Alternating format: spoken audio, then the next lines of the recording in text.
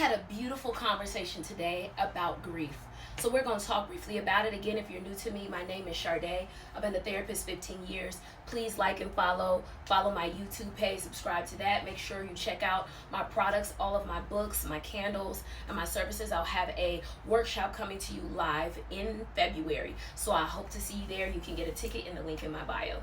So we're going to talk briefly about grief. It was such a beautiful conversation because I think there are so many nuances around grief that need to be discussed. So I'm going to talk about one today. And one of those things are time frame. We're going to focus on time frame. You cannot put a time frame on how people process their information. What does that mean? You may be a quick on your feet learner, processor, etc. That does not mean everybody is.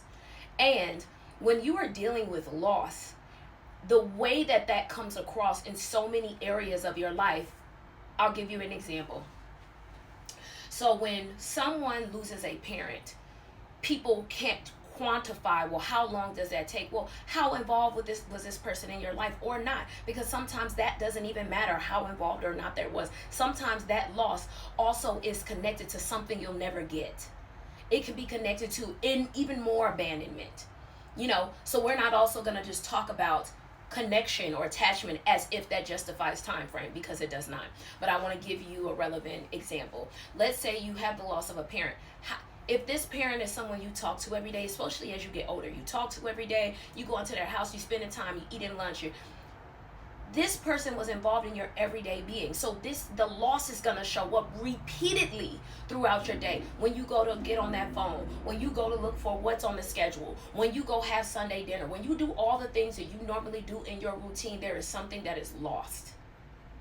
That's one. Two, the emotional labor and investment you've put into this relationship can feel lost. This person in their physical form is no longer there.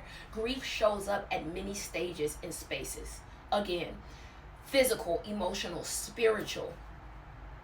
You are connected to this person much farther than their words, their psychological availability or capacity, their physical being. You are connected to this person in a much bigger fashion than that. Then especially when you're talking about a parent, they quite literally brought you into the world. Be thoughtful about how you refer to it. There's a few things I do not say, and I'm just going to say this to you guys. I'm not telling you what to do or not to do. I do not say it's going to be okay. Why? Because it's not. I can't bring this person back. I can't tell you if it's going to be okay or not, but I surely don't think it is if it's someone close to you when you experience a loss. So I don't say that. I also don't say I'm sorry. And this is why. This is just a personal